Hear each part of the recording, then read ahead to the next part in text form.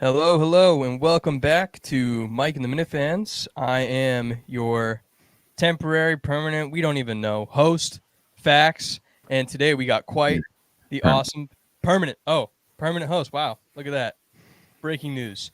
And today we got a great panel. I got Cinema Lords with me here. Cinema, what's up, man? Oh, he's setting up. And then we got Ned Snark. Hey, man, how's it going? Nice to meet you. Hey, nice to meet everybody. Hi. And then finally, due to some controversy that I am amending because I'm such a fearless leader, we have Freddie Lynn. Freddie Lynn, what's going on, man? Indeed, the maiden voyage for this crew here. I am happy to say that the three of us have signed a 10-week contract to do this show for the next 10 weeks, Correct. $200 a week. So here we go. Yeah, I gave up Tim Pool to join this. So. Oh, thank God. Yeah. Hopefully we can get something going. I don't know, bigger crowd than, say, like a hypothetical casino, if it were to ever exist. But we got a good show. There was a pretty good week. I'm not even going to lie. I liked the surprise show at the end of the week, even though it was short. It was just nice because I think everyone needed to hear those thoughts immediately. Let's just go with everyone's kind of gut reaction when the podcast started last night with Mutt and with Mr. Aton. Freddie, do you want to kind of start us off? What was your gut first thought when everything kind of started going? Did you tune in right away? In life, there are peaks and valleys, and joining that chat last night during Mutt's show, that was a peak. It was just a hell of a time. Yeah. I remember I tuned in. I did not tune in from the beginning. I'm going to be honest. I was busy kind of tuning into getting ready, my kids ready for bed so I could watch the game.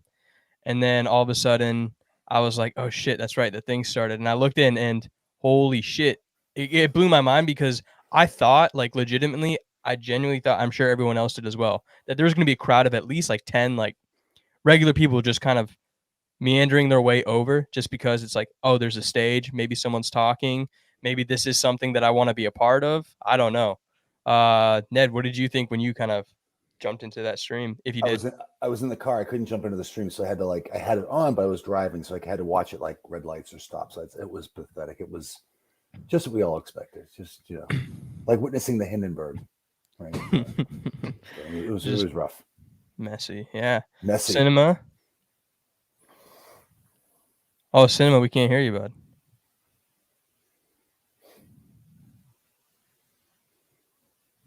That's right. I'll let him fix that. Yeah, I know. That's all right. Hey, we adapt, we overcome. Exactly. But yeah, I saw that, and then I saw Justin's stream, and just like everybody said, the amount of views, because I had it, I had my laptop open because I was doing work, and then all of a sudden it just randomly popped back, and I looked over at Justin's stream on my phone, and it had triple the views that the stream had, and I was pretty concerned, but I tried to watch it. I'm gonna be honest, I only lasted about 10 minutes because I just got really uncomfortable because it was just wildly uncomfortable. I was talking to Cinema earlier. I didn't even make it through 10 minutes. That's longer than I got. Yeah. There you go. Hey, you're here. Yeah, tell us what you thought. Yeah. When'd you get in there? That made so much sense when you just said that because I like chimed in a couple times and I was like, all right, you know what? Like maybe I was a fucking idiot. Like, but no, that makes sense now. But yeah, no, I only like made it through like 5 minutes before I was like, oh, this is a painful listen. I can't do it. It was shocking, and it's been brought up, but it took 6 months with all these producers and stuff. That just doesn't make sense for that type of product. We'll get into it more though. Yeah, it was crazy, especially any time that you have any sort of company backing, like a casino too, that is streaming games all over. Yep. Like you saw the room. There were multiple TVs from 100 inches to like 55 inches everywhere, streaming multiple different channels. So you thought that maybe there would be somebody who's just going to be like, hey, we're going to give you this guy for the night.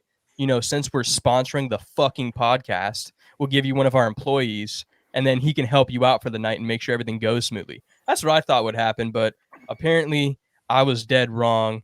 And I mean, at the same time, though, maybe their expectations weren't as high. Maybe they were just purely looking at it as just a test run. I don't really know how they felt about it, because based on who was there and how it was promoted, they either have no clue what the fuck they're doing whatsoever, or they did not care nearly as much as Mutt was saying they cared. I don't know. What are you guys' thoughts on that? I think it's a lot of the latter. Yeah. I think it's just a lack of care. I mean, how much pub can this show like realistically generate? And they've already talked about like their social media presence is virtually zero. So I'm not entirely surprised. I think, like you said, it's a little bit surprising that people within the casino itself didn't probably like meander over there. But Yeah. as far as like streaming into this, and I can't imagine how they would even get it out. I feel like the only people who would be listening is Minifans, and that's because of Mutt's somewhat online presence through the show. Otherwise, it's not like people looking on the, you know, the Mohegan Sun Twitter account and, oh, look at this fucking sports gambling show with Mutt, and, you know, how else are you going to get it done? I thought there'd be more foot traffic. Just people walking by in the casino, like, oh, look, someone's broadcasting a show there, and go meander over. But there was no like a dude playing a guitar on the subway. You know, Right. Yep. You're walking by and you're like, I'll Exactly. stop and listen for like 20 seconds even, and then I'll just My move on my day.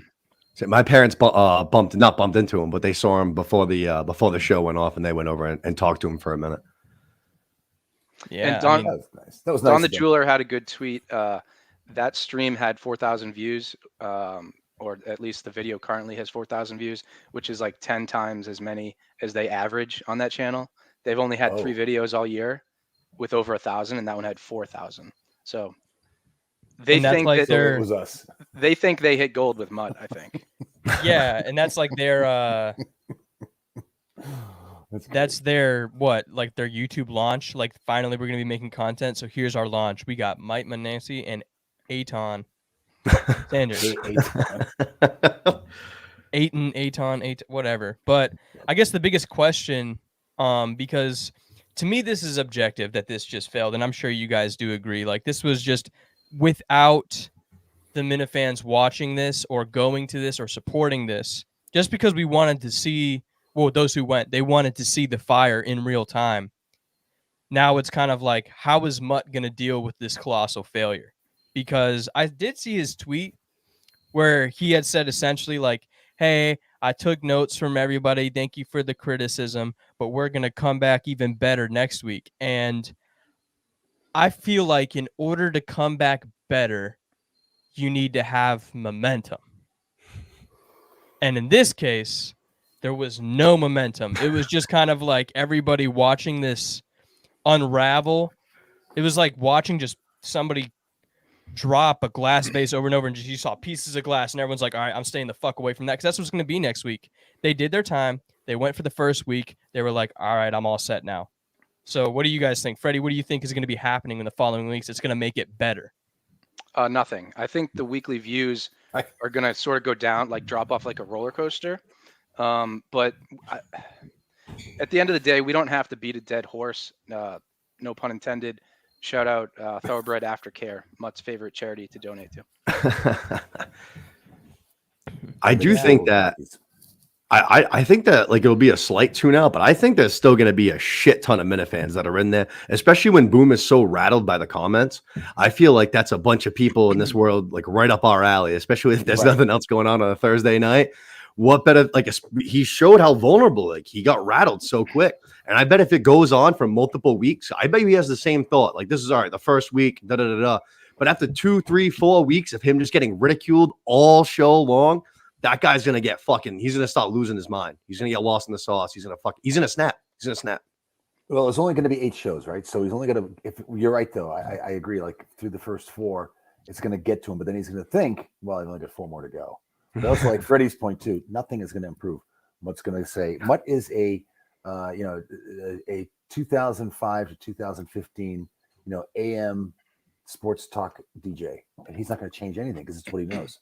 So if they could change one thing, 6 o'clock is a horrible time slot. Do it at 7 or 7:15. Actually lead into the football game. 6 is, I don't know. It's kind of like a dead time. Yeah, people are getting home from work, trying to eat dinner and stuff. Yep. Yeah, and also it's like, what are we gonna do? Like after the hour's over, we're just gonna go watch the kickoff show. I don't really have that much interest in the kickoff show, so I just have this weird hour of time. Whereas if it leads into the game, their show's right inside my mind as I'm watching at least the beginning of the game. Like, oh, okay, I just watched this show. They had these and those picks.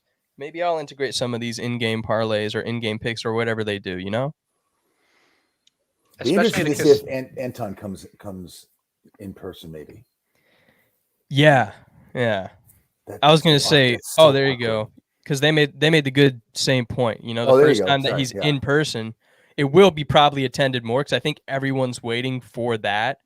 Because that's what everyone expected before that fucking bombshell this week. Which was great. Oh my god!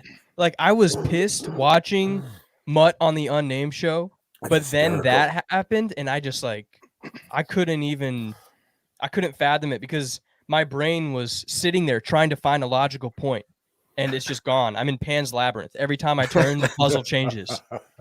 And then watching all of this Mutt stuff like throughout the week, I was telling Cinema, it's like being in a Clockwork Orange. I'm Anthony Hopkins. Someone is prying my eyes open and forcing me to watch this just torturous display. It's awful. Yeah, and if I can transition, I don't know if this is on the docket or not, but just Kirk's reaction today, his true anger that came out, I thought that was interesting. This is not a perfect comparison, but it reminded me of the scene from Good Will Hunting. I know Kirk doesn't love that movie. That's okay. But it was the scene when basically Matt Damon was saying, why do I want to get out of here? I'm going to live here for the rest of my fucking life. And Ben Affleck's character basically says, like, you have a winning lottery ticket and you're too much of a pussy to cash it in. So Kirk was channeling that anger. That's how we all felt last Thursday live watching the Unnamed show. Yep. He's got this winning lottery ticket that thousands, tens of thousands, hundreds of thousands of people in this country would do anything for a shot at a job at Barstool, to sit with Dave Portnoy and shoot the shit about stuff he actually likes. But he's too much of a pussy to cash it in. He's being governed by fear. It is sad. Yeah. It's fear of success. Overall, there's fear of failure, but there's also fear of success. I was talking to Facts today, and I think it's fear of failure I think that's the biggest thing. I mean, at least to me, that's just how I view it from my point of view. But I think taking this job was such an easy decision for him. No one expects this show to be good, so it's not like he has to worry about the show failing. No one expects him really to be good on the show, so he doesn't have to worry about personally failing. This show is built to fail, and as long as he gets some sort of a paycheck, it's great. If he goes to Barstool, he's going to have a constant feel on him, to create content. And I think he's scared of failing, in that light, especially being so tight with Kirk. It's almost going to be like, Kirk, the guy you brought in, your best friend, he kind of sucks. As soon as the horse racing bit ends and stuff like that, and it's the middle of January, that's kind of shit I feel like. Well, horse racing is year round, so you've got it on the West Coast in California, you've got it in Florida in the off season, so you could actually parlay horse racing into a more stable gig. I still think it's a fear of success. He's not comfortable in his own skin. Mutt's not comfortable in his own skin, and his wife must do very well, because I would have blown my brains out if I had to live off my wife's salary, and I'm sitting here going down to Mohegan Sun for 8 weeks. Sorry, I don't mean to laugh. It's not funny. It's a grown man. He's a fan. He's got kids, so I try not to. Yeah. You just want the best for him. No, I mean, hey, you bring up a good point, and that kind of transitions into the conclusion of what I'm trying to talk about as far as this Mutt thing goes. Is the extreme criticism that he's receiving, is that fair game? So I don't know, Cinema, if you want to talk about it, do you think it's fair game on what he's getting? Because he's kind of getting beat. I think so. Especially, I think he knew what he was going to get when he signed up for it. So I think it's I would imagine it's almost exactly what he expected. Yeah. Yeah. Ned, I don't know what you thought about Nope. that. You think it's fair? He knew. I think it's fair. I also think it kind of rolls off his back, right? He doesn't. He's used to it. He's had this now for like 7, 8 years of this type of criticism, where he does the zany stuff on the morning show stuff. It's I don't think it's unwarranted, and I don't think he really cares. Yeah. Yeah. Freddie? Yeah, I agree. Yeah. Because I was thinking the same thing, especially, I mean, not even that point that y'all made separately, which is actually a really good one, probably better than mine. But the point that I was thinking about separately too is just because when you do open yourself up to the media world, like he has for so long with radio, but now especially with the internet, where anybody and everyone can see exactly what you're doing, and everyone like who is within either Kirk's world and a lot of people within the Barstool world who saw the unnamed show, they saw you reject this job. Yes. And then they saw all of the big guys at the company basically begging for you to take the job. And they know about your situation. They know what you're doing other than the Barstool job. Like 200 times 8 is $1,600. And last time I checked, that is a lot less than 80 grand if that was your yearly salary. But facts, you bring up a good point, an even better point, because he's what? How old is Mutt? 42? Do we know? I forgot. I think he's like 45, something like that. Okay. He's got 2 kids coming into the teenage years. He's got to do something. He's got to settle on something, right? So yes, they told him, you're absolutely right, because on the unnamed show, they said you can do your Mutt stack. I think they said you can even do this, like finish it out, run out their string. Yeah. He could have joined Barstool, and that would have, even if it was at 80 grand, whatever, which is not great, especially in Massachusetts. But in 2 years, it could have been 150 grand, right? Exactly. It's very short-sighted, and I'm still scratching my head, except I have to fall back like he doesn't want to succeed. Yeah, because if you're going to build on something, I would much rather build on 80 grand than build off of $200 a week. Ideally, that's a lot easier to manage and work with. I mean, yes, I'm young. I'm not that smart, but I feel like that's pretty concrete. What did he say? It pays a bill. Yeah, it pays a bill. How about paying all of them, dude? Fuck it, right? Let's just do that. Yeah. Why not? Right. And to put a bow on it, he also saw Chris Klemmer springboard from the KMS world into the mainstream Barstool world, and he sees how much shit Klemmer gets on a regular basis, and he just doesn't want to deal with it. I mean, it is sad, but I mean, yeah, but the best way to avoid that is to not be him. It's just kind of like he has established himself as that personality, and then he continually re-emphasizes that he is that personality. So I'd rather be that personality and make 80 grand. I mean, it's just like, I don't see the logic, because even if you are hated on, because now he's just going to get hated on hard by the Minifans, versus if he was on the show, like you have someone like if Big Cat goes to a race with you and Ilio, they're probably going to be a lot softer than most Minifans are like in person, or even softer than Kirk is in person. Definitely. So if I'm just doing those shows 3-4 times a year with those gentlemen, like I'm not going to be nearly as destroyed as Kirk, is destroying him every single week that he's in, especially when he's like making these decisions. And I think he would have been beloved in the Barstool world, but hopefully the dream isn't over. Maybe, he throws a Hail Mary at the end of this stupid Eitan Shander thing and he ends up with a job. We'll see.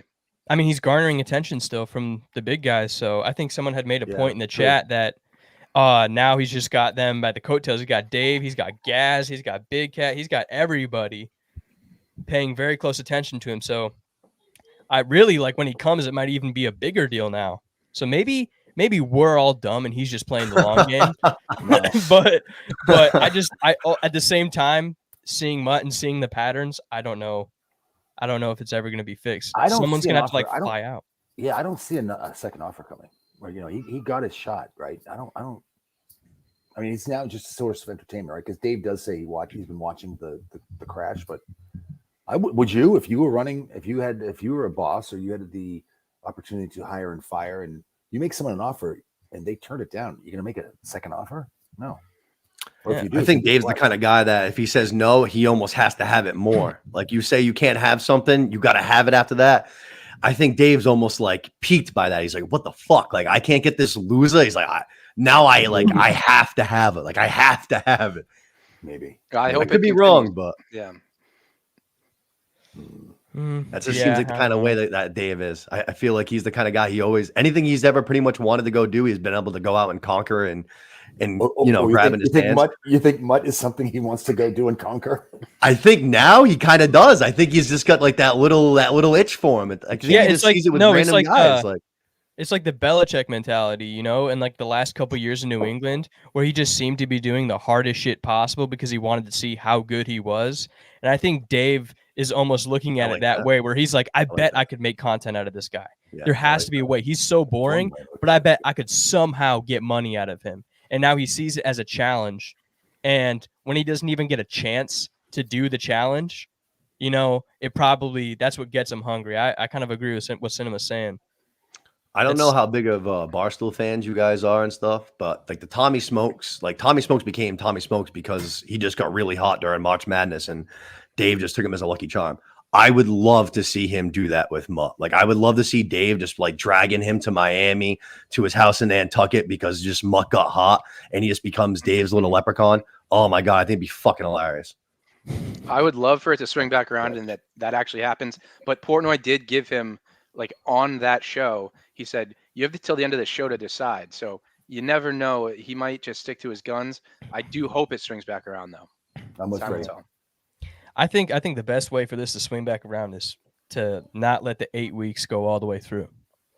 It's just like week 3 or something. He's just got to be like, all right, this is a mess. And then, but if he goes like all 8 weeks, you're like, and blow it up. Yeah, you're deep into football season. It's true. Dave might be kind of bored because he's focusing on other things now, other facets of content coming out. There could be another boring motherfucker with a business card that says yes in 8 weeks for all we know. So it's like, it's a tough situation for him. I don't even really know what to say about him like conclusively because I'm just still confused, and I think I forever will be. I think I'm gonna wake up one day when I'm 80, and for some random reason, I'm just gonna think, why the fuck did Mutt never take that job? And I'm gonna be so far removed from it, but it's gonna haunt me just because of how stupid it was. So I don't know. End of the day, he's my teammate. And I support him. Hey, that's a good way to look at it. Forever. Yeah. Well, moving on from that, because the other things did indeed happen this week. Montante's golf tournament officially is done. It's over. There was a lot of back and forth. The back and forth was pretty funny. I did enjoy Montante's calls because every time he seemed like he was either panicking or he wanted to like walk into the studio and fight everybody in there because he was so pissed. But my biggest question coming out of this tournament, and I'm curious as to what you guys think, did Kirk set this up for failure, or was this all Montante? Because Kirk was obviously fucking with Montante the entire time, but at the end of the day, he said he did want to go and was going to go to the tournament. But how did it fuck with Montante, like to the point where he was so back and forth with the guys who were helping him plan it that eventually they gave up? Or was this just Montante being way too much in his own head? Rob, if you want to start. Yeah, so I'll preface this by saying that I'm a Montante guy. I think he's great on the show. All his content's great. I don't think Kirk set him up for this. I think Montante thought he could pull it off. The issue is you don't know what you don't know. So he's new to golf, right? I think if he asked 2 or 3 people the right 2 or 3 questions, he could have pulled it off. But he was kind of swimming upstream trying to do it all by himself. You can't just get a list of names and expect a golf tournament to happen out of it. I think sometime in the next year or 2, he's going to find himself playing in an actual golf tournament, and he's going to look around and a light bulb's going to go off in his head, and he's going to realize, oh, this is what you need to do. So it's more than just getting a list of names. Was he set up for failure by Kirk? I don't think so. But I do think everyone thought he could pull it off. He just didn't quite know exactly how to do it. And is it his fault at the end of the day? Yes. But yeah. I think he thought he could pull it off. Yeah. Ed, what are your thoughts on it? I absolutely think Kirk set him up for failure. Absolutely, 100%. I'm a huge Montante guy, bigger than probably anybody here. I've been with him for like 3 years now, and he is just new into golf, so his passion is at a high. Right? Oh yeah, I haven't played golf. high. I haven't played golf in 12 years. And I said, I'll play this tournament. You know, I'll definitely play this tournament. Yeah. Coming out of retirement. Yeah. Well, I got my dad's, I sold my clubs on eBay 12 years ago, and I got my dad's clubs here in his main house, so I can use those. It's just down the road from where I'm at right now. So I was looking Knock forward the to dust playing. off them. And I even called and told him about, you know, Dutch Elm, because it's not a bad little course. And the people there are great. They're great to work with. And I think they were Minifans, and then this guy confirmed that he was, right? So I absolutely think that Montante called around and found out. He actually called Barstool people and said, what's a good price for, you know, a round of golf in a tournament, drink cart, or I think that was going to be out of pocket, but food and such. And he came out with $150, which is the right price. Sorry, it's the right price. I pay that. Used to pay that all the time 10 years ago. So Kirk's like, what? I think that's pretty standard. Ridiculously high. He's like, he started killing him on the price, and I'm like, this is wrong. So that he definitely undermined his confidence in putting this together. But what brought Montante to the end conclusion was he wants to play golf. So he's probably going to play anyway. I still might play. Okay. But I think Kirk definitely undermined the whole thing. And the tournament is definitely off, by the way, because if you go to Dutch Elm's website, their tee times are open 2 weeks out. Yep. 2 weeks from today, every single tee time is open for Friday, September 20th. It's done. 80 bucks around. After 3 o'clock, it goes down to 70. I actually booked the tee time. Journalist. Me and Kirk are playing at 10:20 that morning. So I think that time slot's taken. Damn. There you go. Like Ned just said, 150 I feel like it's a pretty standard go for these things. And if the course itself is already costing you $80 like on a normal day, $70 on top of that for a tournament, I don't feel like that's that crazy at all. Does that 80 get you a card as well?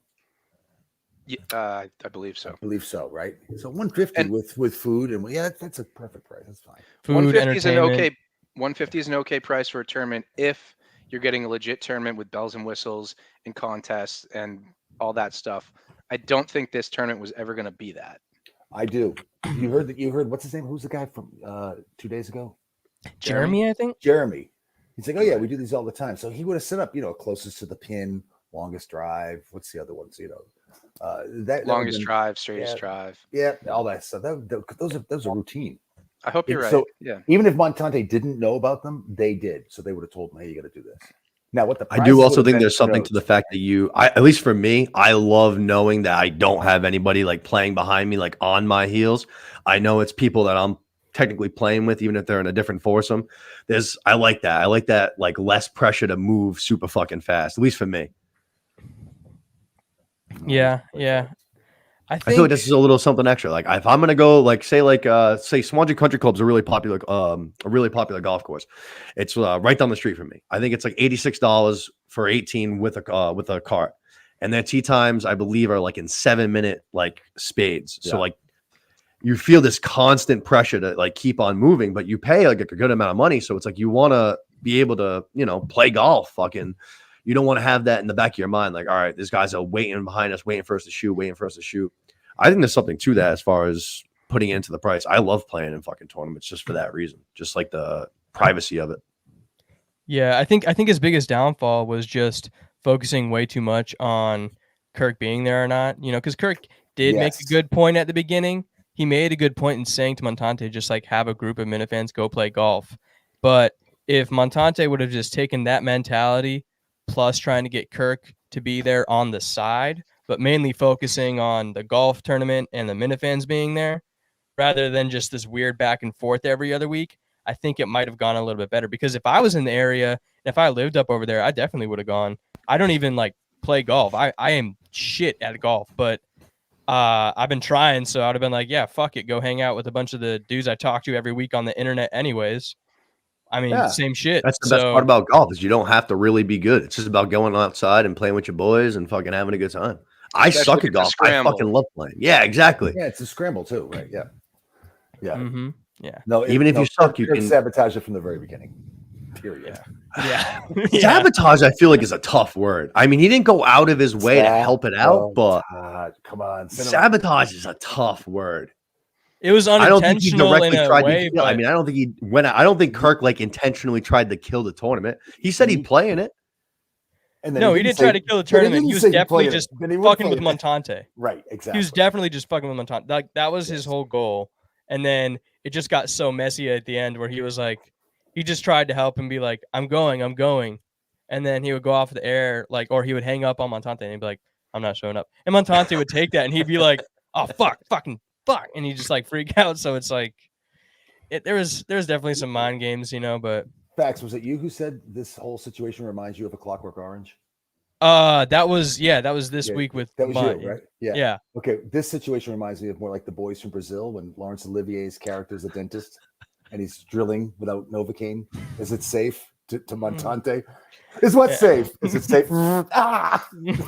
Just So it was he was torturing. He was like a cat playing with a mouse. He was torturing him.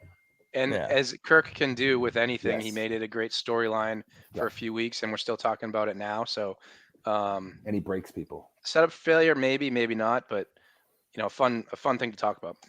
I love Montante calls. Montante calls is a completely sporadic and just wild energy the entire time from start to finish. As soon as he answers, hello, you guys talking about me? And from right to the moment that he hangs up. What are you doing? I fucking love it. Or it's like how it started versus how the conversation ends too. Because I think the latest call was like, "How you doing? You good? Yeah, I'm good." Okay, so what happened with the golf course? Oh yeah, that stupid cocksucker fucking backstabber Jim. Just like what sets him off is just, yeah, I'm good. Then boom, it's funny. I love it. But hey, good luck for the next one. I feel like this is a good learning moment. That's been talked about, I feel like, for years now. Eventually it's going to happen one day, but I feel like it's been 2 or 3 years where Kirk's just mentioned like, oh yeah, I want to do that one day. I feel like callers have mentioned it a bunch of times. I feel like it's something that's been openly talked about for years. He tried to do it in the spring of, it was either 2 or 3 or 4 years ago. I remember sending golf courses in my area to Coley and, hey, these are perfect. Let's do a tournament here, all this stuff. But I sent it to Coley, so nothing ever happened. There you go. like a show in California. Yeah. I mean, hey, so happy. Yeah, hopefully the next one will go a little bit smoother. I feel like he learned some good lessons, but this one, just didn't work out in the end. Too many mind games for Montante to handle. Kirk just being a mental assassin, I guess, if that's what you want to call it. Really depends how you look at it. But another thing that I wanted to move on, because it happened on 2 shows, so it needs to be said, and I really want to know, do we need the Trudells in studio?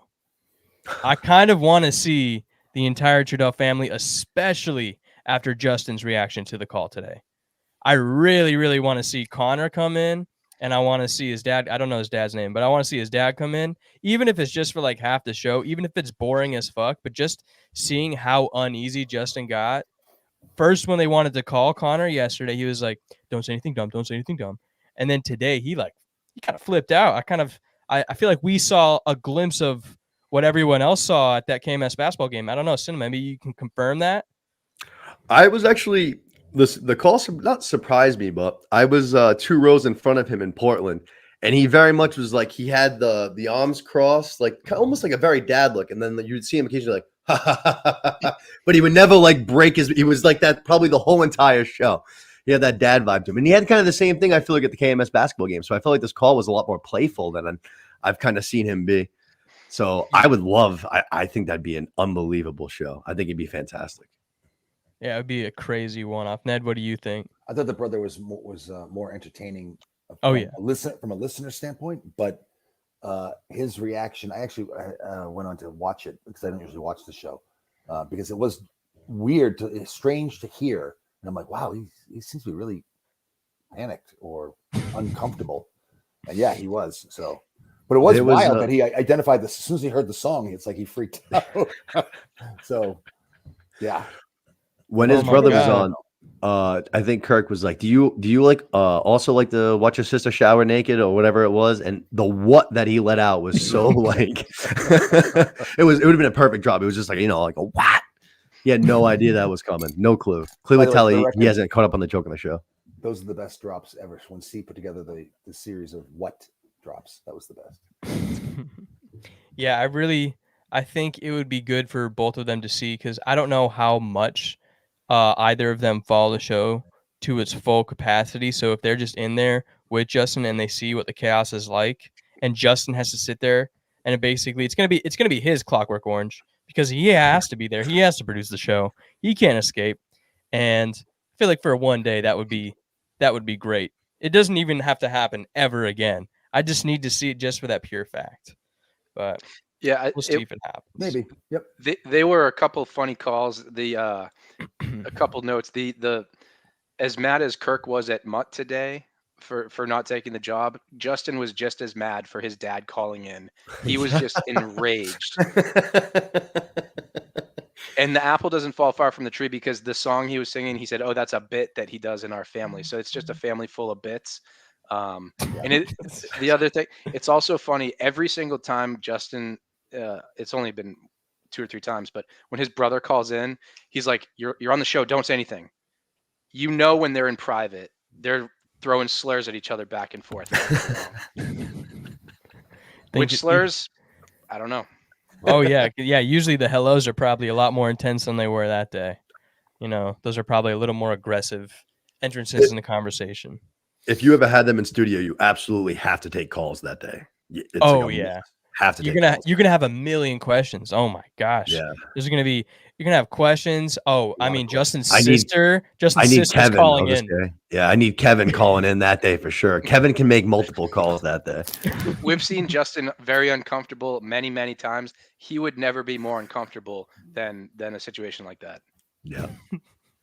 That would be awesome. We would need the camera just zoomed in on him, just the Justin camera at all times, just following him around.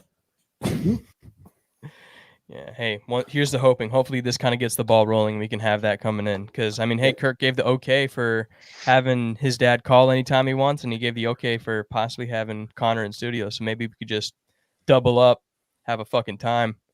But actually, yeah, I didn't. Oh, I wasn't. sorry, I wasn't. go ahead. No, I was just saying. I was just thinking. Like, I didn't think it would be a very good idea, but now I'm thinking it's a great idea because Justin's going to be behind the glass. Yeah, and he said probably not. And his dad or his brother is going to be up on the chair up front. So how it's tough to control the situation if you're Justin. Oh right? yeah. That maybe. Yeah. I don't know. So that would be there he is in the chat, right? Probably not. So interesting. Okay. That makes me want it more now, Justin. Yes, I'm sorry, man. Exactly. Yeah, sorry. Yeah.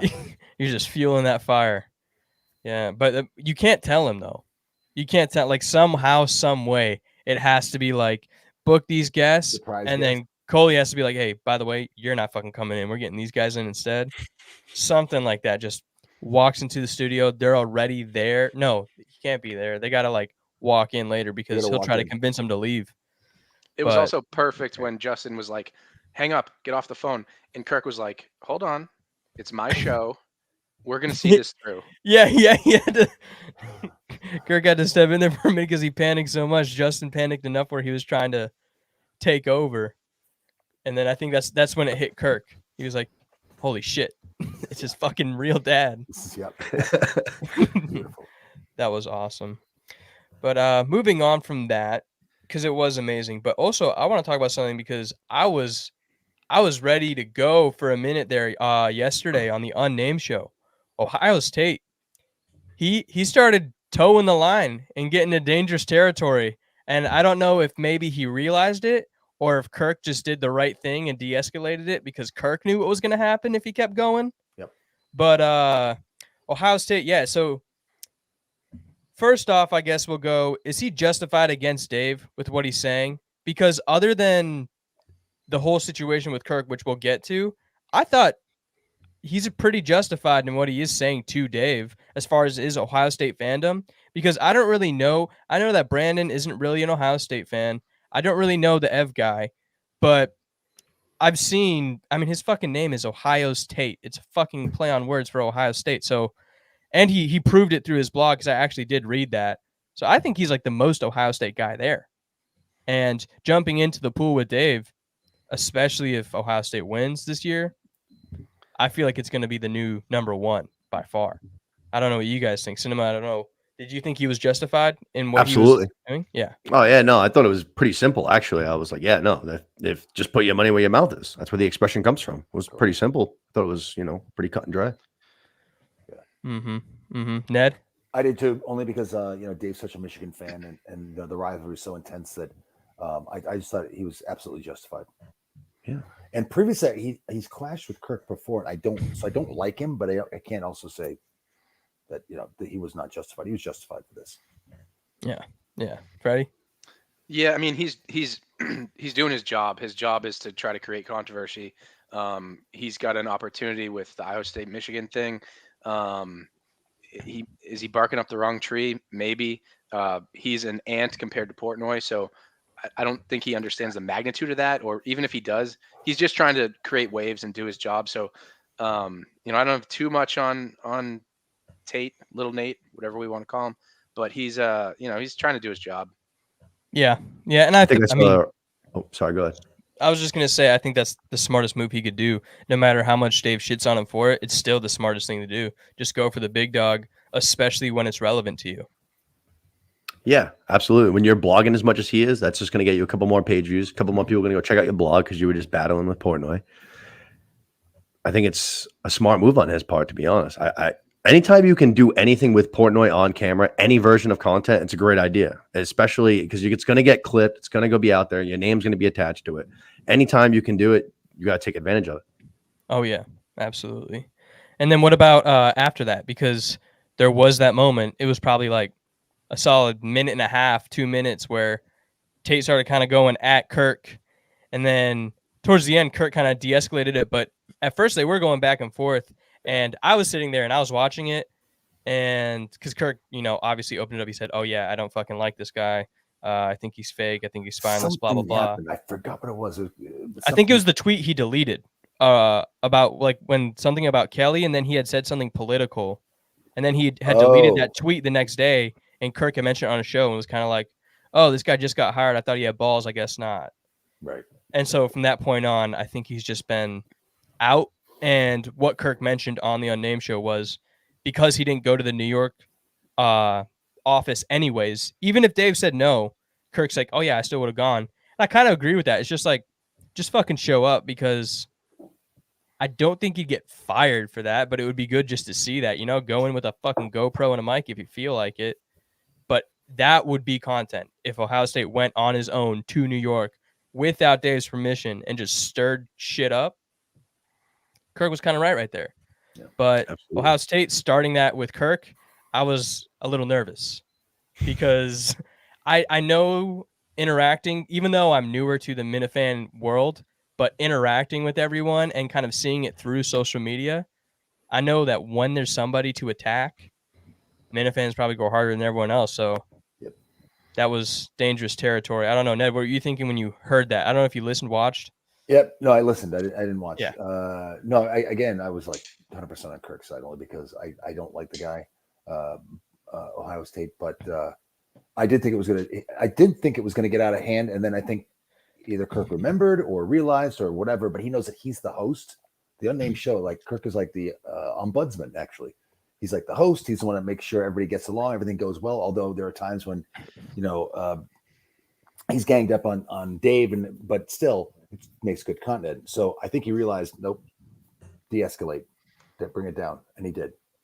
Yeah, I thought it was funny. There's a couple times where Tate like tried to get Whitney or Kirk to like kind of like a right guys, like right, you're with me kind of thing. Right. And they both were just like, no, don't look at me, man. This is your fight. Like, we're not gonna help you out here. Because before Tate came on, Whitney was kind of like, in his defense, a little bit. He was kind of battling against Dave on his behalf. But then once he came, he did have his back at first. Up. Yeah, yeah, and I think they saw kind of Tate's psycho slowly come out as the more seconds passed that he was on the show, and they were like, "Oh, okay, maybe he's just fucking crazy." Like you can see a dude behind a computer, and you're like, "This guy's funny. This guy has passion." Blah blah blah. He gets in front of a camera, and then all of a sudden you're like, "Oh shit, okay, maybe I was wrong." Yeah, all right, no. But I'm glad that Kirk de-escalated because that would have been probably pretty bad for Tate, just because how much he would have been attacked. Freddie, I don't know. Good point, Roscoe in the chat. Big Ev is legit Ohio State fan. He's sort of the OG Ohio State fan at Barstool. So that that's been his lane, but he's gone at Dave. They've had challenges and stuff, but he hasn't gone at him like Tate. And I think Tate will bark at Kirk, but I think he knows where to sort of draw the line because he doesn't want a nuclear war. Yeah. Yeah. Okay. So Big Ev is a big Ohio State guy. I'm sorry, I didn't know that. I didn't really keep up with that guy. Had no interest, but good for him. Yeah, I don't know. I think overall the Unnamed show was good. It was good to see that back and forth because the past 3 weeks we've gotten a little more spiciness throughout, especially with RA's thing, Mutt's thing last week, and then RA on top of that, and then a little bit of RA this week. That was kind of put to rest though this week. Biz and Wit, because it would suck not to see them on Survivor, especially when you have all these heavy hitters that are going on. How far do you guys think Kirk would probably go in this with all these heavy hitters on? Because I still think he's going to go far because of his, I don't know, he can calm down his demeanor when need be. And I think a lot of people are going to be doing it for content. That's why Big Cat got out first, because he came there, he fucked around the entire show, and then everyone was like, all right, get him out of here. And I think a lot of people who are newer to the show this year might not know how seriously everyone else takes the game and might get kicked out. But Ned, do you think Kirk is going to make it far? Do you think he's going to align with someone we don't expect? How do you think it's going to go? Because that's coming up soon, or filming is. I was not surprised. I was disappointed, but not surprised about the last time. Right. This time, I think he's learned a little. He'll probably go a little further. It also depends on what the challenges are and what he's going to be up against. So I think he'll go a little further, but I don't think he'll go to the end. I think at the end, I think it'll come to the point where people will just ally themselves against him. So he'll be out. Yeah. Cinema, what are you thinking?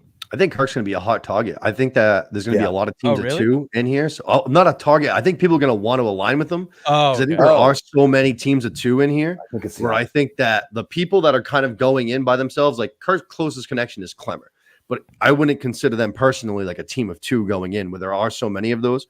So I think the team, say like you have Luan and Will Compton, Kirk and Will Compton get along really well. So I could see them kind of extending like that.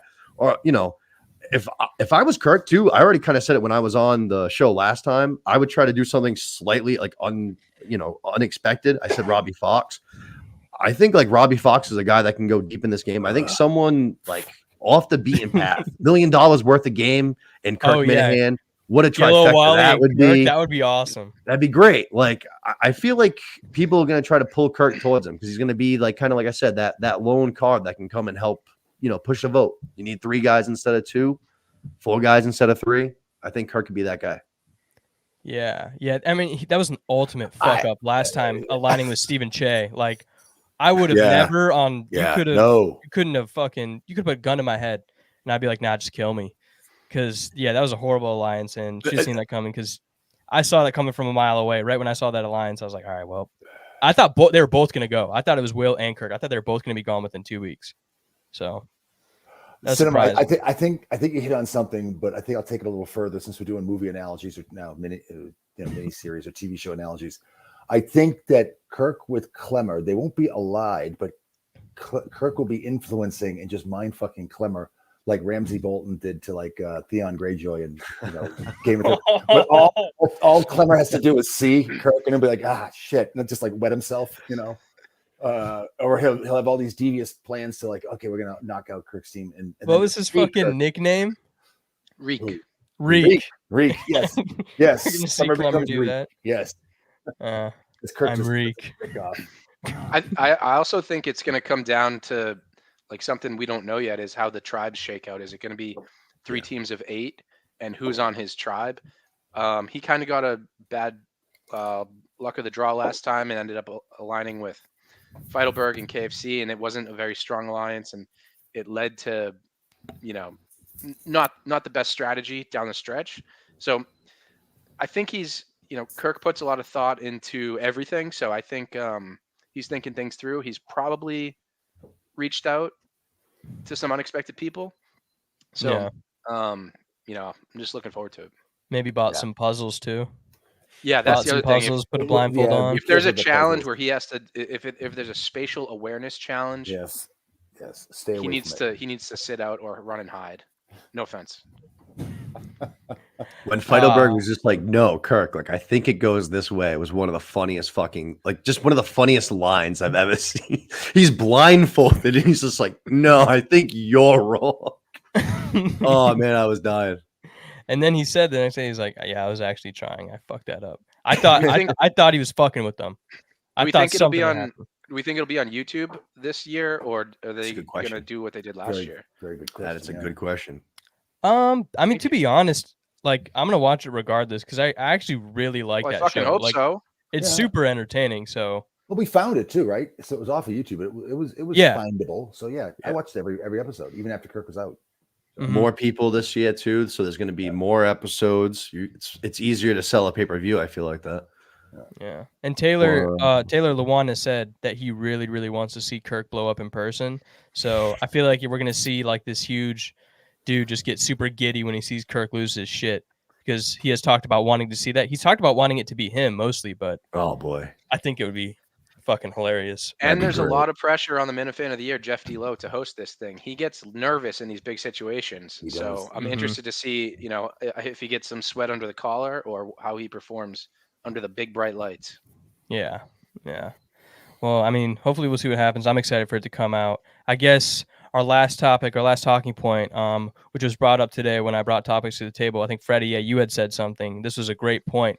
This was actually Cullinan's first full week back, and we kind of got to see what it's going to be like, a little start to what the vibe is going to be like. And for me personally, I thought it was pretty good. There's a little bit of playfulness between him and Justin, and I think he likes Justin enough to where their like banter isn't really going to tip too far all the time, like it kind of could with Coleman, and then even when Mick was in there the couple times. But I really liked having Coley back, especially since I've gotten to watch a few older episodes with him on. I enjoy him a lot, so I want to hear what you guys think. Ned, if you want to start us off, what do you think about Coley's first week back? Sure. Well, I'm a Cully guy, like a Montante guy. So I always like Dave. I'm glad he's back. I like so far. It's not a bad start. He's also got a little bit of a bounce from the Karen Reed. He's a TikTok star. The guys at TMZ know his name, so he's got a little bit more juice than he had the last time. So which was just real estate, if you recall. So I think I'm optimistic for this the second Cully administration, like I am for Trump. There you go. One and the same, those two. So one of them exactly the same. They're both 9.5s, right? Yeah. So Cinema, what do you think? Like he said, I'm a huge Cully guy too, so I'm very happy to see him back. And I think the dynamic between him and Justin is great. I think it's almost sitcom-y. You know what I mean? It's fucking Harry Met Sally. I think they're a great combo. We're just dropping movie and TV references everywhere here. I needed to get one in because you guys were banging them out, so I needed to drop one. Harry Met Sally, though, you got to describe that one. Great Rob Reiner film. Yeah, it's just a good dynamic between the two of them. Like I think who was it? Mutt that said it. Dave is kind of like the facto like head guy just because he was there for so long, but now technically he's like kind of a beta and Justin's been there lately. So the dynamic is great. I feel like there's the back and forth between the two of them. The way that they work together, I think is gonna be great. I can't wait to see them both be able to do drops at like the same time. That's gonna be amazing. Absolutely. I agree. I'm curious to see if Justin's forehead is going to be a little bit less a part of the camera angle from now on. But the first week, no, it was still there.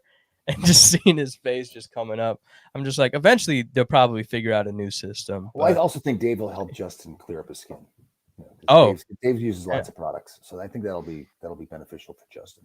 Yeah, that'll definitely help a lot. Freddie, what did you think first week? First week he showed a little bit of fire. He was really pissed at Mutt. But I think overall the expectations for Dave in this second coming, I think he's got much lower expectations. He got a demotion. It's a lower salary. It's kind of half a job for him. So I think he'll meet those lower expectations. There's definitely a touch there's definitely a touch of nostalgia having Dave back in the booth. But I think that nostalgia will wear off sooner rather than later. I think apathetic Dave will rear his head sooner. You think sooner? You don't think it's going to last very long before he kind of starts? No, he'll last, but he becomes apathetic and Okay. But there's two people back there again. So what have they added? Can they add a producer show after the main show, 15, 20, 30 minutes? after the main show every day. There's 2 of them back there. I don't know. Give us some behind the scenes look at what's going on. Yeah, but I'd what say about once a the? week. I like that idea. I would just I feel like every show is Once not a week on unnecessary, but the last show of the week or whatever. yeah, I feel like that'd be good. 15, 20 minutes to wrap up the week, just from their perspective of everything that went down. Guys, And then the last time they did that, didn't that go? right? Yeah, I was gonna say the last time that specifically Coley and Justin did a after show, the next day was pretty rough for them. So maybe this is their chance to get redemption since Justin and Gus and Coleman have done it since. But I remember that was one episode I'd seen recently where the next day after Cullinan had tried the after show, it was the EI ammo. I don't think that's as relevant anymore, but No, I would like to see that as well. A great idea. I think we'd all like to see it, but it's not sustainable. We've Dave has tried to do it. Steve tried to do it. They all try to do it. It just doesn't last. Mike tried to do it. Mike and Justin tried to do it. If I recall correctly, the only thing that I thought that worked well, actually, this format is what worked the best, right? But I would love to see it. Everyone wants to see it. They've tried it, and I can't put my finger on why it doesn't last. I don't know. I think it's just because they maybe expect it to get a little bit more views or like interaction than they usually get. Right. But that's the kind of point of the producer shows is you talk with the people who want to be there after and want and have questions. So they really just gotta like tough it out and just keep doing it. You know, I mean, like what else are you gonna do? Maybe you do have one dude cutting clips while the other dude's kind of working on the show. But if you just do it for 30 minutes a day and then you cut up the show, put it out, just gives you something extra to do and a little more interaction with the fans, because that's the most important thing in this universe. Is that's what everyone likes about it. They like interacting with those guys, even if they hate them. They still want to, comment their shit talk. So it works out. Exactly. But yeah, I mean, we're on the tail end here. I thought it was a really good week overall.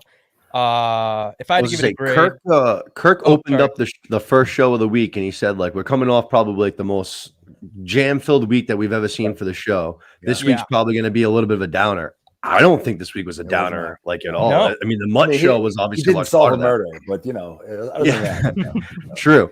Obviously, last week was crazy, but I feel like you guys said, the first week with Cullinan back, you have the Mutt, fiasco. I feel like this week was still. I mean, it wasn't as crazy, but this wasn't a slowdown week by any means. No, it was. Yeah, it was very satisfying because when he did say that, I kind of was nervous. I was like, oh, is there not going to be as much energy or something like that? But then stuff just kept fucking happening. And it kept us engaged all week. We got 4 shows this week. I mean, no complaints at all from me either. I thought it was a great week, especially coming off of a week like that. So it was a very strong week. It was a very strong Mike and the Minifans, and I'm proud to have been pulled into this group to save and rescue a once proud show. Thank you. Hell yeah. Thank you for your service. One last thing, though. I hope we do get back to promoting the Sacco show, because I haven't bought my tickets yet. I was on Barstool today. I couldn't find where to find it. I went back looking for it through Twitter. I couldn't find the link. So go to Eventbrite. Go to Eventbrite and search Eventbrite. Okay, thanks. Yeah. Very excited. I haven't been to any of the so. Sacco shows. It's gonna be my first Sacco show, so I'm very excited for it. I'll throw the link in the chat, Ned. So that way you can just go right to it. Where I am right now, this is my dad's house. 3 houses up is the owner of Aquabog and the drive-in, the new drive-in. Okay. So I was talking to him. He's like 85 years old. I said, hey, you got the Kirk Minahan show coming there in a couple of weeks. He's like, who? I said, the KMS show? He goes, oh, that podcast. Yeah. Yeah, it did pretty well last time. So there you go. So I'm gonna be flying back up. I'm driving down back to Florida this week, and I'll be flying back up because I'm definitely going to this show. I can't miss it. Imagine being an 85-year-old movie theater drive-in owner in Maine, and all of a sudden, just out of nowhere, you just got like 3,000 people banging that place out for us. he's a sharp businessman. He owns the Aquaboggan, which is a staple here in Old Orchard Beach and Scarborough, and it's right up there on Route 1. Big tourist spot, as Steve could point out. But so he sees an opportunity. He's going to take it. Yeah, I mean, don't blame him. Well, there you go. Hopefully, hopefully, we'll get more promotion probably within this next week. But yeah, go to Eventbrite if you want to buy tickets. They've had it on their Twitter page as well. I think probably somewhere you might have to dig a little bit. But yeah, thank you guys all for joining. I thought this show was awesome, so I always appreciate everybody who's willing to come on and have a good time. Menner's going to be on to bitch about the show after this, so So he'll appreciate you, judge. Menners. Yep. We're gonna, do our best to make you happy because that's what this was really all about. Listen, Thanks it for won't- joining, everybody. Have a good night. All right, y'all. It's been a pleasure. See you Good guys later. weekend. Take care. Thank you. Thank you, boys. It's late night with Mad Manners. I'm your host. Hello, everybody. Hello, everyone. Hello, everyone. Manners till midnight. I will be taking your calls. I am also still alive. I haven't been fucked to death by the last. So stick it up your ass, Steve. It's really good to see someone while we're all on lockdown. That's it. It's always sort of been there. The women's game has been ignored. So fucking scared. I mean, look at Steve Robinson. Since he talked about his parents in the first episode, he basically lied since then because he's too afraid. He doesn't have the guts that Kirk has. Boom. Can you take off that comment, please, in the corner, Jonathan? It's annoying me. Good evening, folks. Welcome back to Manners Live. I am the Minifan of the Year, Manners. I'm joined by the other Minifan of the Year, John from Scranton. Good evening. I fortunately had a clash this morning and couldn't watch Mike and the Minifans. I only caught the last 10 minutes, so dodged a bullet there. Good panel, though. I'm a Ned Snark guy. I'm a Cinema Lords guy. Freddie was there. Fax was there, so well done. From the reports in the comments, it was a better show than has been previous in the last few weeks. But that's not saying much because those shows recently have been so bad. A better show would be just John standing there smoking a cone. Facts. Facts. It's Thank got you, to probably Timothy be Facts. it's got to be getting better because of your coaching. So thank you for that. Anyway, we've got lots of things to talk about, but while we're on Mike and the Minifans, if you'd like to put up the number instead of lighting a durry, can you do your job? I usually what I like to do is I will let you get your little rant off at first, and then I put the number up. I think just go the number. I don't have a lot to rant about, Okay. but I did put out a suggestion during the week, and I was actually going to do a group chat, but I decided not to. I think you should consider moving Mike and the Minifans to Monday night, even if it's just temporarily. But at the moment, it seems like a real struggle to get hosts. It seems like a real struggle to get panelists. It goes up and down. Fax is just the most vanilla host in the world. He's fine, but he shouldn't be doing every show because he's just not interesting enough. So why not move the show to Mondays where more people are available? And then Meeting in the Minds could just go after. I know you love that show, but it could just be the post show at 9 p.m. So in one swift move, your tiny little manipulative mind would cut out Fridays, Mike and the Minifans, and the show I do, my Meeting in the Minds on the same day. And then you could bring in your little Mike and the Minifans, and boom. No. I'm not that sly. I would not be doing Mike and the Minifans on Friday night. I'm in. Just remember, I'm a team guy. I just think this might be something to think about. Okay. If you want to get Mike and the Minifans back to a thriving show where, we're not celebrating what we just saw, because, if you line that up against Mike and the Minifans of the past, that show does not meet those standards. So which ones? Which were the best? Mike Mike and the Minifans, there used to be queues of people ready to go on. There was a lot of electric hosts hosting it. But I just thought Monday. But why are you so defensive? I'm asking for. So do you think Monday nights is a better option? Because then more people are available. BA can host some. I want a fact behind these allegations. When was Mike and the Minifans good? And name me one controversial and good host. Well, BA was a good host. Okay. We brought him in as host. Blind Mike was a good host. Yeah, when I was producing the show. Was he a really good host? Yes. Okay. This is ridiculous. Look, it's fine. I just wanted to help you. Don't worry. It's fine. You helped. It's not the. I don't care about. You keep producing a bad show and pretending to be proud of it. You got it. 804. 804. You with manners. Hi there. Welcome to Manners Live. Hey guys, hey John, how are you? I'm doing good. Hey Manners, how are you? I'm really well, thank you. How are you? So I've got a couple comments.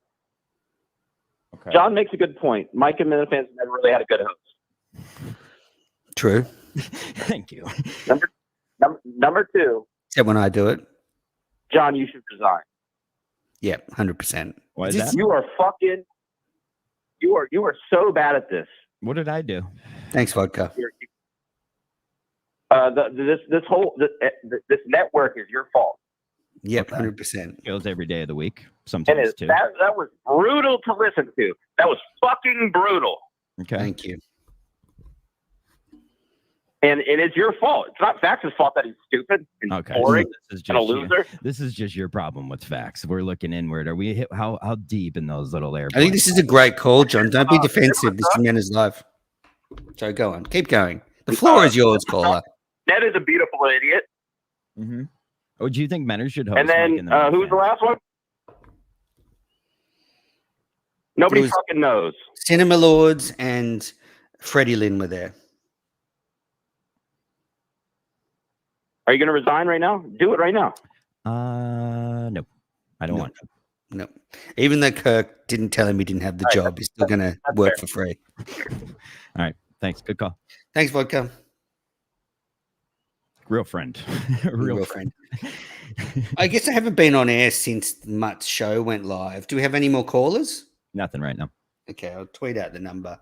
But I was stunned at how bad Mutt's show was, and basically, I don't know if you have the same type of thing over in America, but we have these sort of clubs in that they're usually for what they're returned servicemen league clubs where they have alcohol and poker machines, and they're just real dive places for. We have VFWs. Yeah. So basically, it felt like to me like Mutt had gone to a VFW and just set up in a corner and was doing a StreamYard show from there, which is exactly what he was doing. I mean, it was just jaw-droppingly bad. I am so frustrated with Mutt. So frustrated.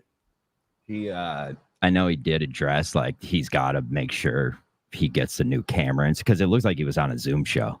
Like you can't, if you're doing, you got to make it look, you got to have a set, you got to have, I would even rather him do it not at the place. Like, who cares if there's people there? Like, it's a fucking podcast. So, like, set up a good studio and do it from a studio rather than the fucking venue where people could come. Like, what are you trying to sell cheeseburgers here? I just don't understand that part. It's embarrassing. And if I was Kirk, I don't know how I could stay friends with the guy after this. Like, he's turned his nose up at Barstool and what Kirk's doing to sit in the corner of a casino. I'm just unbelievably shocked by how bad it was. I actually thought it was going to be way better than it was. I thought that, it was a casino. They would put money into it, but no, not at all.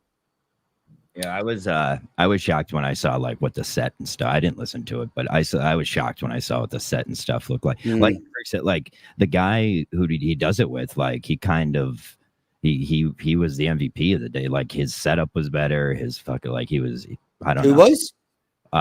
Whatever his name is, whatever. Oh yeah, right, yeah. Aiton Shander. Shander. He'll be on Meeting of the Minds very soon. Yeah, we tried to get him on the show. He wouldn't come on. Okay, well, it's good you asked. What else? Okay, so I've got to get this off my chest. I think calls are essential to the show, to KMS, and I think we got the reason why they are essential, because on Friday there was 8 calls they took, and I think Justin's dad calling in will be talked about for the next 2 years. That will be brought up all the time. When you take calls, you just open up the world to the show. You just allow these things to happen. You allow Justin's dad to call in and sing Cats in the Cradle. The 90210 guy was a great caller. Kirk loved the inside jokes there. There was a couple of bad calls, but I think Kirk's an idiot for being so down on the calls, because I think what KMS is about is partly taking calls and allowing the crazy whack packers to have their say. I love calls. I said that same thing. It's like, yeah, going back to calls is going to be tough because they're going to get the first 7 are going to suck, and then he's like, fuck this, and then maybe you're screwed for 2 weeks. But it's like you got to get to the 14th call, and maybe that's Kevin, or maybe it's a new Kevin, or a new Justin's dad, or whatever. So I think they should take calls. As I said, once a week. It should be the last show of the week. It'll be a good chance for everyone to respond. It also would be a get out of jail free card for Cullinane and Justin, because both of them ran out of topics about half an hour into each show this week. It's amazing what they talk. It's amazing to think what they talk about if Mutt wasn't around, because they literally had nothing else. And you can say what you like about Muddy. He's a fucking loser, but he's given them a lot of content to react to in the last couple of weeks. But without them, they'd have been taking calls after 15 minutes. Yeah. And that's what I mean. It's like, even if you're having a bad show, like no matter what, you could just go to the calls and make something of it yourself, So it now allows sort of a spontaneous element to the show, and it allows. People, as I said, people used to remember when people called in with information about Montante. I think that's where it all started. Someone called in and said Montante owed them money. Mm-hmm. So I don't know. I think Kirk's got his blinkers on with this one. I'm not sure why he is so stubborn about it. And I don't even feel like taking shots at me, but he was constantly, as the calls were coming in, going, "Oh, people say that we should take calls. This is great." Okay, fuck it. Well, got to give it a chance. Like, you took 8 calls, and as I said, one of those calls was Justin's dad, which is hilarious. Yeah. Patrick Crowley, Menners wants the calls so he can call in and beg to have the network back again. Patrick, I do not want to beg. I just want to ask. I want to ask politely. He's already done. Plus, he's already begged, and it didn't work. So why go back to that? I was going to call in last night, and then I couldn't. Yeah, unfortunately. Oh well. Anyway, no calls yet. Well, I think we'll wrap this one up then. If there's no calls, I don't have a lot to talk about. There's been a lot of men's live recently. Yeah. Don't know how much more you can say about Mutt. So what were some of the topics on Mike and the Minifans that I missed? It was a great show. I'm glad you're. Oh, okay. I've got some stuff. So, sorry to cut you off, but I don't need you to. What about the gatekeeping? Have you got to the bottom of this? What's been going on at Mike and the Minifans? I think we did. I believe Fax said he was going to address it and didn't, but again, this is a cover-up. You don't talk about things on your network. You just sweep them under the carpet and hope they go away. I'm trying to tell you. I'm telling you right now. I think what happened was this Bobby that he screwed this up with was a different person, and PRC was told by somebody that they didn't like this different person, and then PRC went out of his way to defend this random person who didn't like this other random person. All I know is if that kind of shit is going on, it better fucking stop. Not gonna go on. That's all I know. Yes, it's certainly against your ethics, because you will let anyone on. You will let the most depraved rapist on your shows with not a fucking ounce of regret. I mean, that's a weird way to put it, but yes, I will. I do not agree with any philosophy of don't bring them on or bigger or better. I don't like the idea of people like thinking they're part of something that somebody else isn't, and then trying to hold that. I hate that. I hate that. That's bullying. Yeah, and let me be very clear. I think this is very different to say 3 Up, 3 Down. 3 Up, 3 Down is a show that Kane and PRC do. If one of those members doesn't want to do a show with someone, that is fine. You don't have to. Right. But Mike and the Minifans is more an open forum where most Minifans are welcome if they're available. So I think gatekeeping is a little bit tough for Mike and the Minifans. I mean, there's been so many terrible panelists. Callers. What was that? Got some callers. Great, thank God. 401. 401. You're with the Minifan of the year. Go ahead, 401. I think he's jerking off. Awesome. Keep going. Yeah. I heard that I'm trying to think which dad was it. Was it Woody Harrelson? I think, or maybe Matthew McConaughey's dad died while he was climaxing, had a heart attack. Oh wow, cool. Yeah. 804. 804. I just wanted to be objective to both sides. 3 up, 3 down suck. Okay. That's your fault, Manners. All right, vodka. You should resign too. Okay. Thank you. There shouldn't be any fucking leaders of any of these networks. You guys are fucking losers. All right, Vodka's had a tough week. Yeah, tough week for vodka, huh? Very tough week. It's okay. Okay, so you've got to the bottom. You think PRC was led astray, hence Freddie Lynn's not very good on air, but that doesn't mean you shouldn't stop him from being on Mike and the Minifans. Yeah, exactly. No one's. We're not stopping anyone from going on Mike and the Minifans. Period. Especially at a time when everyone's giving a shit for fucking the cat. Like that. It just astonishes. If that is the case, it astonishes me to have that mindset. Astonishes me. But you will be moving to Monday nights, yeah? I will not be moving to Monday nights. That it was your idea, and it's. I think everyone should vote on it. Nothing better than doing a wrap-up show of the week, the day before the week starts. Yep, absolutely. Got it. You got it. Yep. You're good at this. Set the scene. Set the scene. You're good at this. All right, Patrick Crowley, Manners, what are your thoughts on Jeff Dilo trying to slander Steve and score points with the Minifans? I'm going through his tweets now. Unfortunately, he tweets a lot, so I haven't got there yet. What did Jeff Dilo do to Steve Robinson? Oh, I don't know.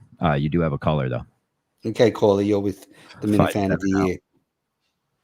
Jeff Dilo do to Steve. 570. How about we turn our radio down there, pal? My bad. Yeah. Like, go ahead. Manners. Yep. You should take over the show. KMS or Mike and the Minifans? You should take over KMS. 100%. Me and Kirk to the moon. Yep. No, Kirk. Just you. Wow. I wouldn't mind letting him stay on as like my co-host, though. Did you know that John does heroin? He does. He does. Anything else there, genius? Well, that's what Kirk thinks. I didn't think he did that. I don't. Do you think Kirk should have called John and tell him he didn't have the job? I think so. Same. Yeah, you that fucking little What strategy. is it like? You can't like fucking put your sack behind your fucking leg side. All right, your connection's dropping, bud. Call back. Thank you. Thanks for calling in. Yeah, your little strategy there of getting that fucking narrative out there where it really worked well. Which one? A, I was crying last week. B, that Kirk should have called me, and as if I feel that way. I don't. I don't feel that way at all. I didn't do any narrative. You came across as a whiny little person last I'm not. week. I'm a very okay, not crying guy.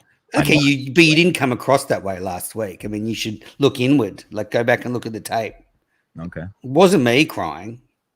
I didn't get the job. Almost, it's raining. It's raining. I live in Australia. I need 2 years guaranteed. It's true. Roscoe, Menners, if you lived an hour away from the casino Mutt was at last night, would you have gone?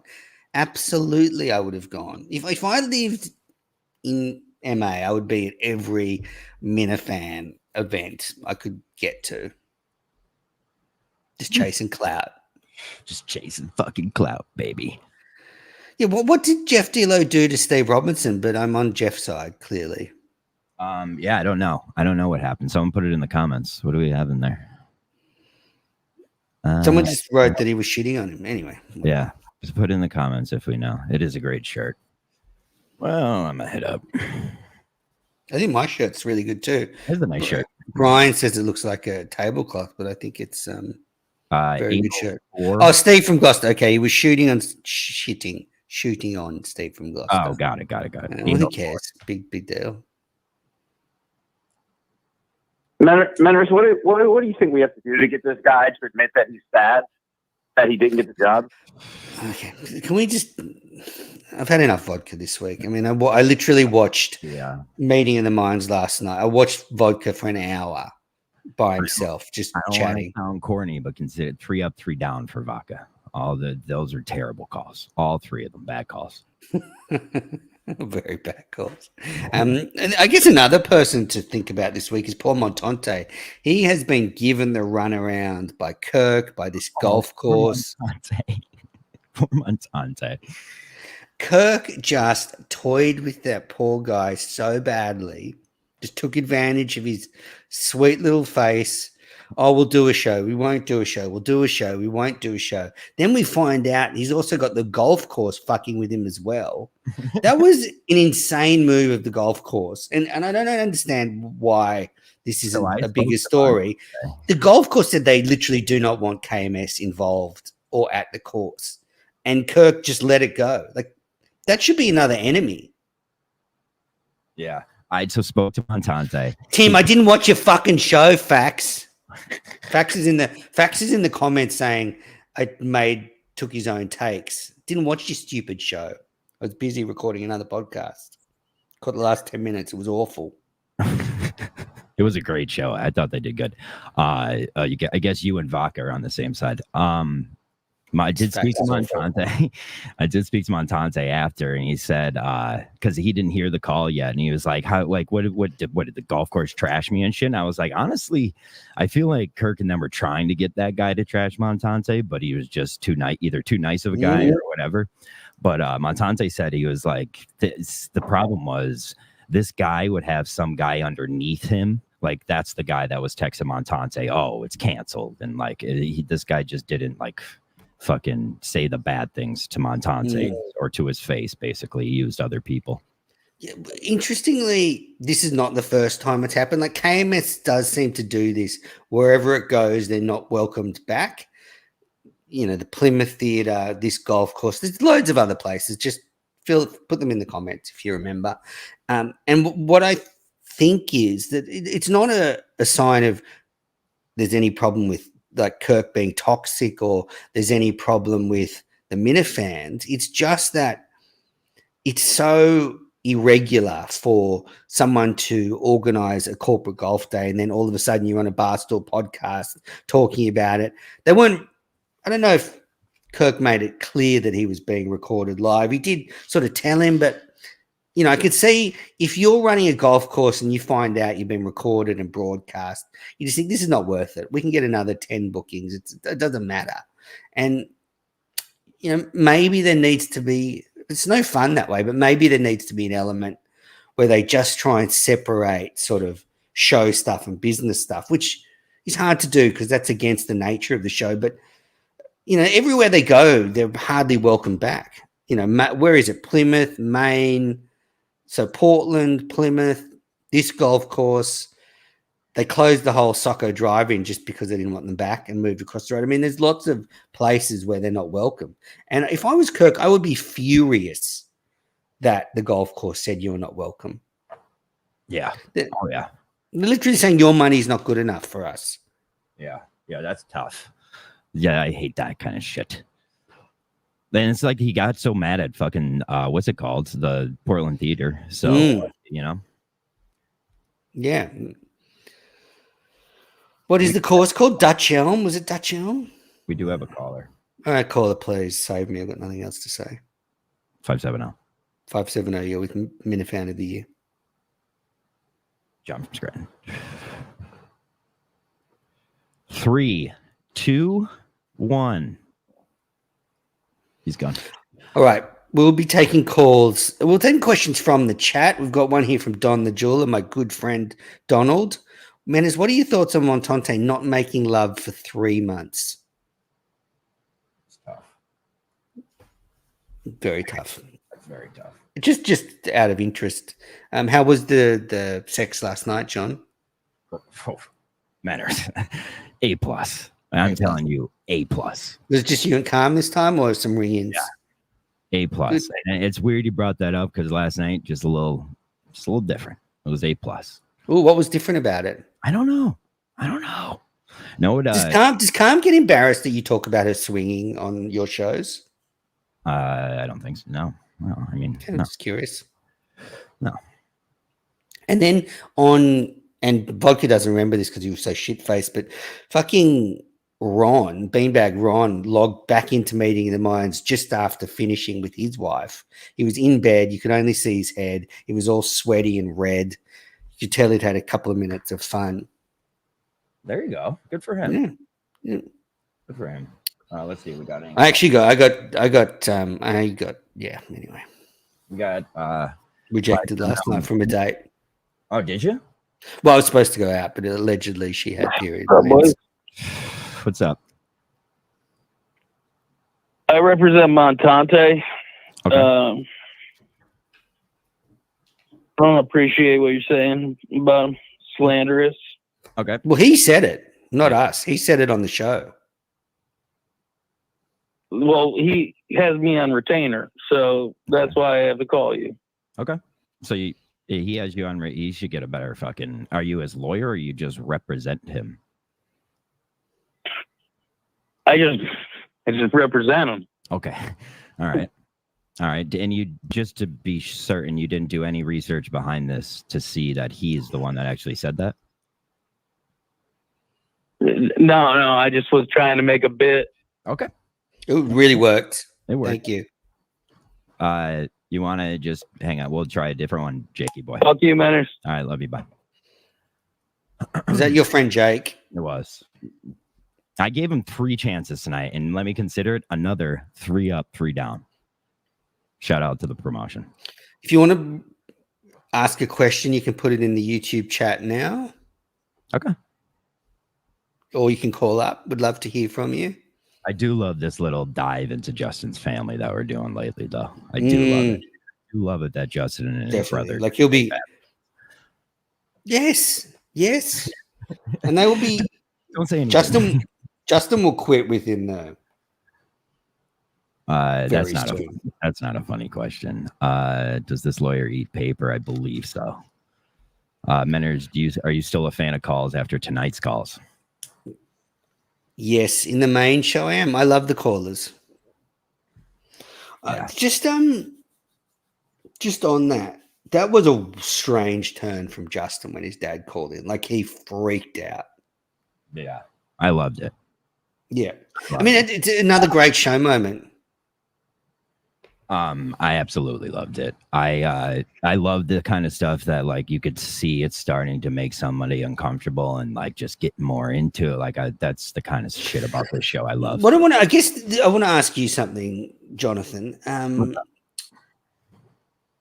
You are someone that has craved an opportunity at Barstool. Like if Portnoy had done what he did to Mike Manansky and got you on the Unnamed show and said, I want to give you a job, you would take it in a second, half a second. It would be a dream come true. It would be, ultimate fantasy time. So how does it feel then? Because I'm never been in that camp. I want to work for Kirk, but I would. Real quick, I at this point would rather work for Kirk more. Like instead of moving to New York City, no. What would I do up where I could be an editor there? Okay. But what if you worked remote? Content, Meeting of the Minds to Barstool. I would be screwed. I'd be screwed there. That's very hard to do. And I don't have a product that's good enough to bring there remote yet. Or will I probably ever? That's why I could fit into the Kirk world. And like I said, I can move up there and I would like to move up there, but move to New York City. Why didn't you apply for the job then when it became vacant recently? I don't know. You could have replaced. Just missed it. Coleman. Yeah. Just missed it. Yeah. Don the Jeweler, Menners, what would you grade the latest episodes of Kane's Corner? Don, I will give it a B for bizarre. One of the more bizarre shows I've ever aired. Yeah, I think you should all watch it because Kane, poor guy, is still grappling very publicly with the death of his brother. Yeah, I'm a Kane supporter. I think he hates me, but he's got some demons. I think Kane's battling. He doesn't have demons. I just think he's got trauma, a lot of trauma. But he got this guy on, like a friend of his, and they did this sort of stilted interview, and then Kane got into some KMS stuff. And it was all about the end, you know, how his brother had ALS, and yeah, it's very, you know, I mean, yeah, I mean, I actually like the fact that Kane's using the Menace Minifan Network as a forum for these really deep discussions. And, you know, at the Menace Minifan Network, we want to make the world a better place. And I think Kane's Corner is the beginning. Wow. That was beautiful. Tell me more about your date that got squished. She just, as I said, she just said that time of month and she wasn't feeling very well. Oh, do you use protection? Depends. Okay. Now we know. I think Freddie Lynn did great on Mike and the Minifans. Great.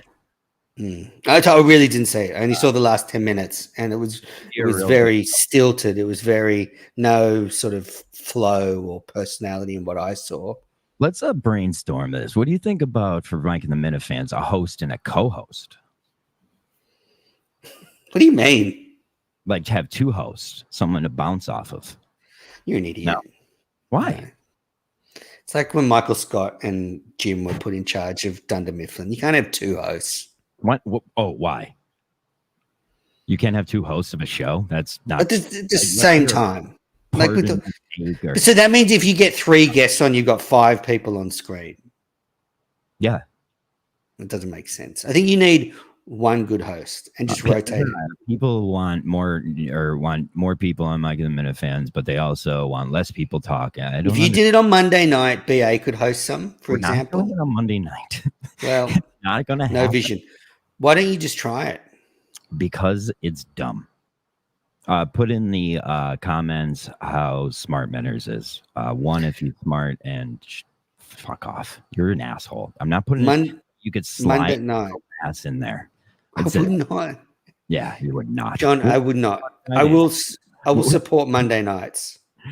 Okay, good. You would support Monday nights. Oh, look at people are saying 1. So what is everyone going 1? I think that means they agree with me? That just means they're trying to disagree with me. I think that's what that means. Guys, see right. BA could host some.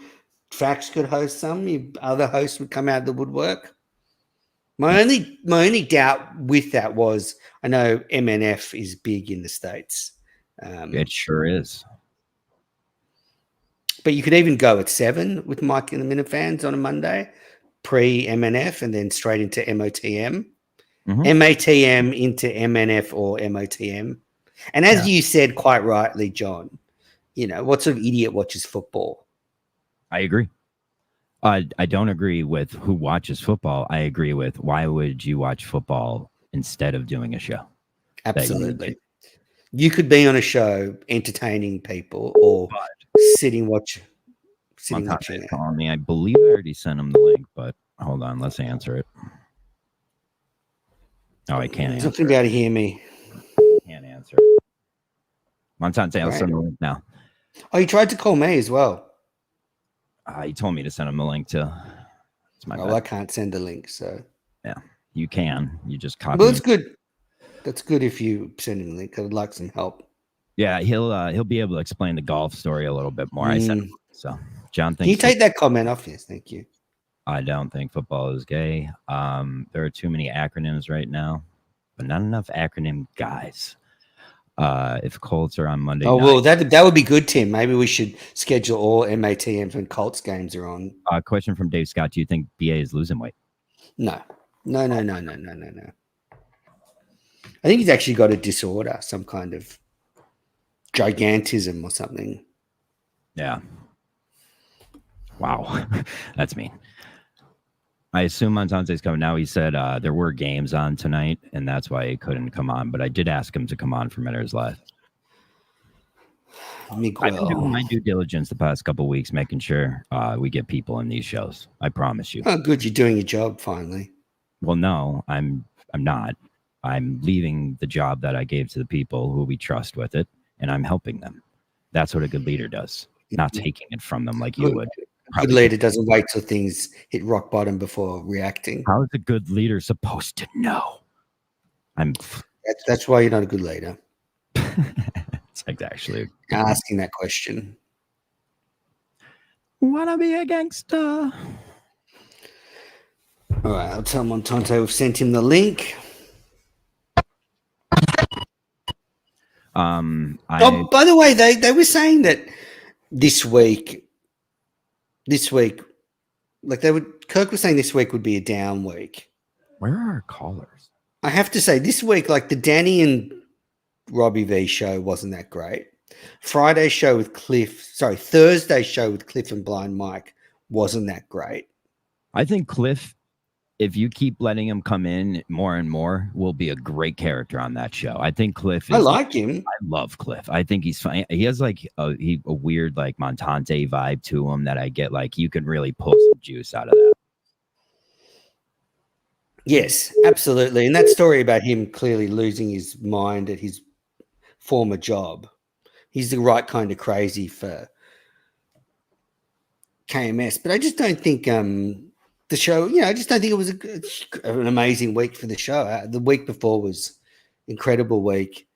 Yeah, Danny and Robbie V were fine, but they're not, again, the most electric people.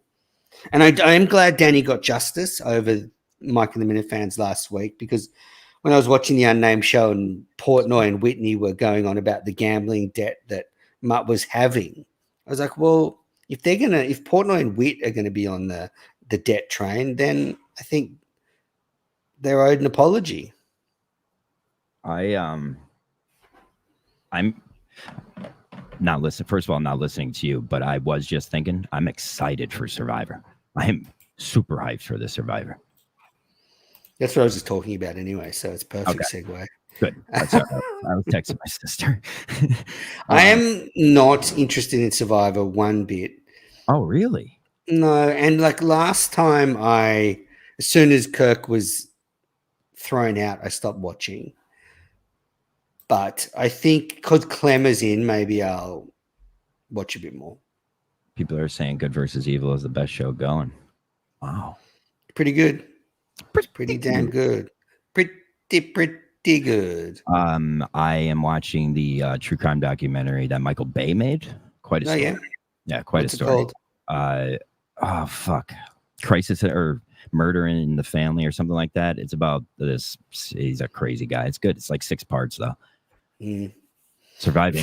Freddie, I just don't like that kind of reality TV. Don't shame me for not liking it. Unlike you, I don't follow the flock. I'm not some brainless idiot that just follows the person in front of me. So that's good. I'll watch that one. I went to a classic screening of Good Morning Vietnam on Thursday night. I love great classic film. Screenings. So I work with this place called the Ritz, and they do like once a week they do a classic film screening, and it's like it pulls in people when you do that too. It's smart. Absolutely, and the films are way better on the big screen. Obviously, yeah. I did get a flat tire on the way. Did you? Are you good at changing flat tires? I'm very good. The guy I called to come and do it was very good. Really? I have you join a service and they come and change the tire for you. Like AAA. We have AAA. Very similar. Tire though, can you?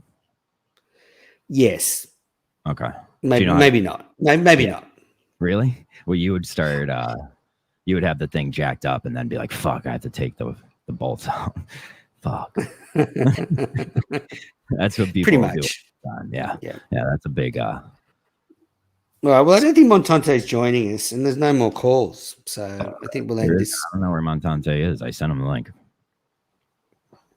Maybe he's getting some action. Ooh, I would like an update on that. Same. When did he say the 3 months thing. Was that on the show? Yeah. Okay. Yeah, Montante's been calling me a lot lately, which I don't know what that's about. I love Montante calls, though. I don't know why everybody complains about them. Montante calls are the best. All right, let's wrap this up. Do you want to play the music? Thanks to everybody for watching Manners Live.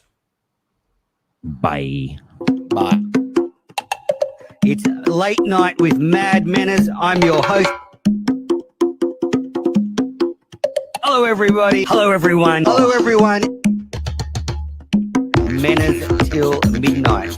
I will be taking your calls. I am also still alive. I haven't been fucked to death by the wild. Hold on. There's a caller. Manners, there's a caller. Okay. 3, 2, 3, 2, 1. Come on, 3, 2, 1. You're there. 3, 2, 1. There we go.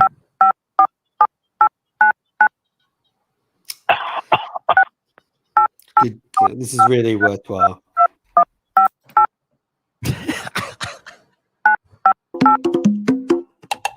It's Late Night with Mad Manners. I'm your host. Hello, everybody. Hello, everyone. Hello, everyone. Manners till midnight. I will be taking your calls. I am also still alive. I haven't been fucked to death by the wild.